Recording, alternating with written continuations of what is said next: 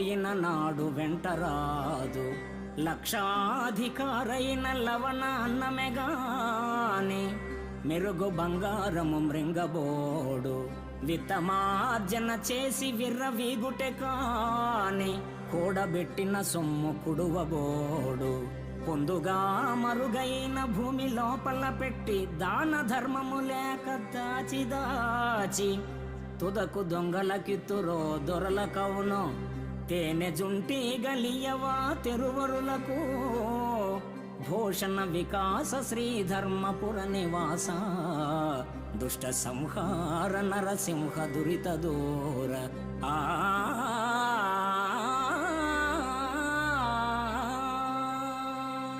తల్లి గర్భము నుండి అవని తల్లి ఒడిలోనికి వచ్చినప్పుడు వెంట ధనాన్ని తేడెవ్వడు. చనిపోయేడు వేళ సంపద తీసుకుని పోలేడు. ధనార్జన చేసి అహాన్ని పెంచి